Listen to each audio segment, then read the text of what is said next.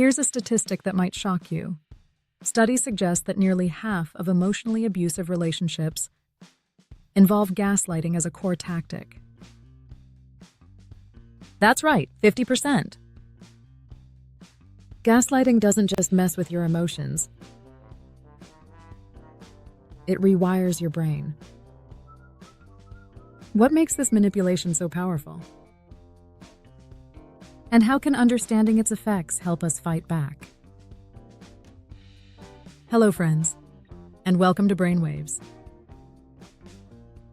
Buckle up, because today we're diving deep into the science behind gaslighting.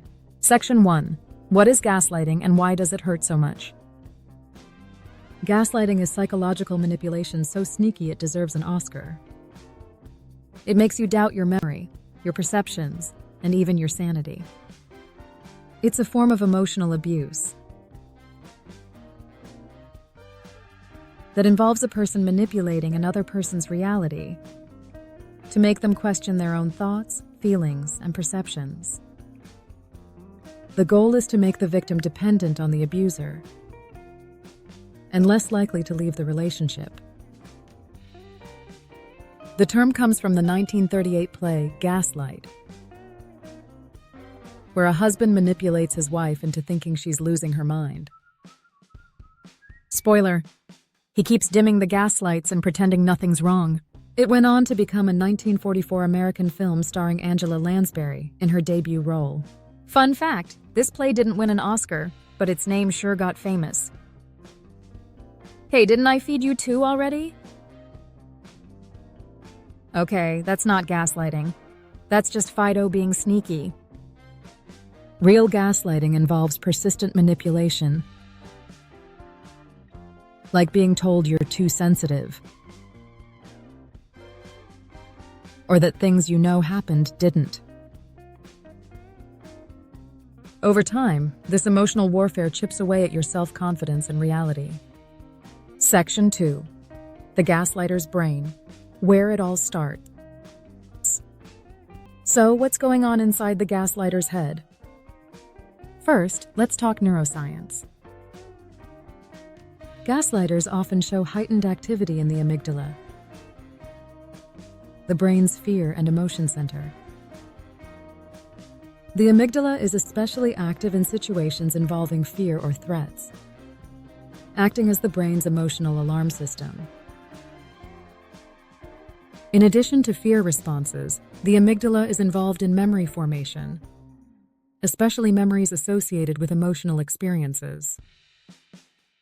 Overall, the amygdala contributes to many aspects of emotional regulation and behavior. This overdrive makes them hyper-focused on control and avoiding vulnerability. At the same time, their prefrontal cortex, the area responsible for empathy and decision-making, tends to underperform. Think of it as trying to steer a ship without a compass. Picture this. A narcissistic boss keeps berating an employee for a missed deadline. The truth? The boss gave the wrong instructions. But instead of admitting fault, they gaslight the employee into believing they misunderstood. This protects the boss's fragile ego, but leaves the employee questioning their competence. An example of gaslighting in a relationship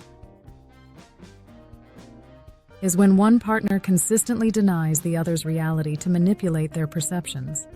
For instance, a gaslighter might say, "You're overreacting, this never happened," when confronted about hurtful behavior. Over time, this tactic causes the victim to doubt their memory and feelings, leading to confusion and self-doubt.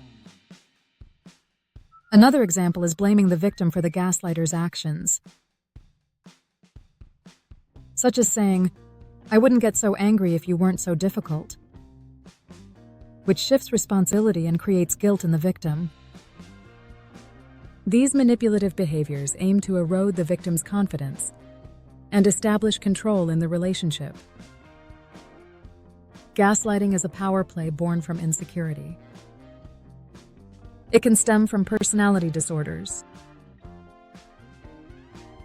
unresolved trauma, or even learned behavior.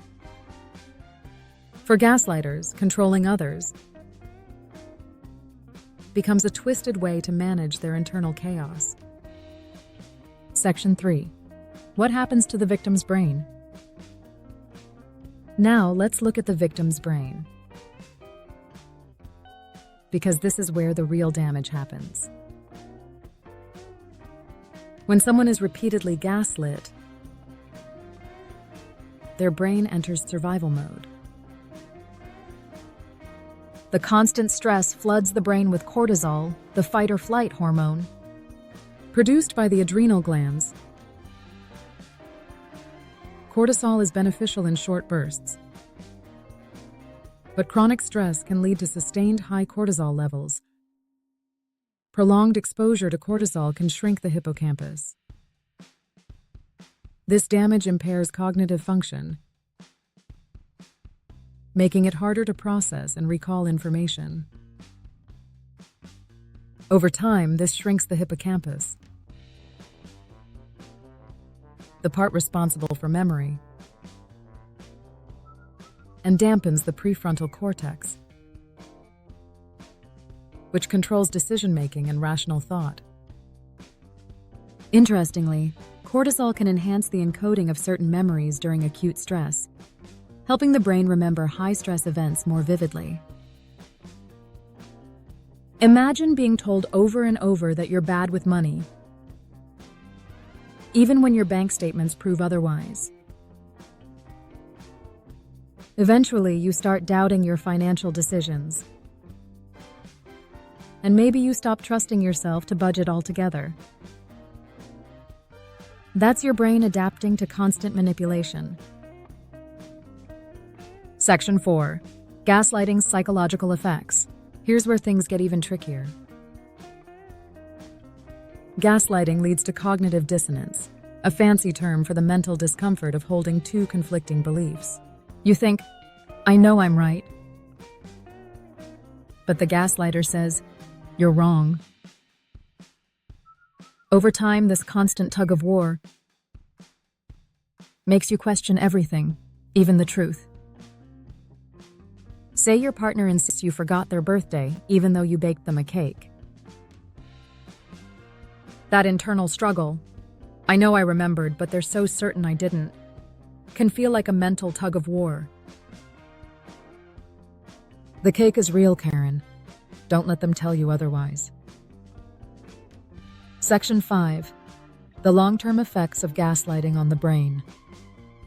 If gaslighting goes on long enough, it can lead to permanent changes in brain function. Chronic stress lowers neuroplasticity, making it harder to form new, healthy thought patterns. This leaves victims stuck in cycles of anxiety and self-doubt. One survivor described how years of gaslighting made them constantly second-guess their every decision, even after leaving the abusive relationship. They'd ask themselves, am I overreacting? Or am I remembering this wrong? Even in normal situations. Section 6. Breaking free and healing the brain. But here's the good news. The brain is resilient. With the right support, healing is possible. Therapy, especially cognitive behavioral therapy, CBT, helps victims reframe their thoughts and rebuild self-trust. Practices like mindfulness and journaling can also reverse some of the damage caused by chronic stress. One person shared how keeping a journal helped them track patterns of manipulation, proving to themselves that their feelings were valid. Over time, they regained confidence in their instincts. Section 7. Why understanding gaslighting matters. Understanding gaslighting isn't just about identifying abuse, it's about taking back control. When we understand the neuroscience behind manipulation, we empower ourselves to break free and help others do the same. Gaslighting is a powerful form of manipulation, but knowledge is even more powerful. If this video resonated with you, share your story in the comments. Thanks for watching. Don't forget to like, subscribe, and hit that notification bell. See you in the next video.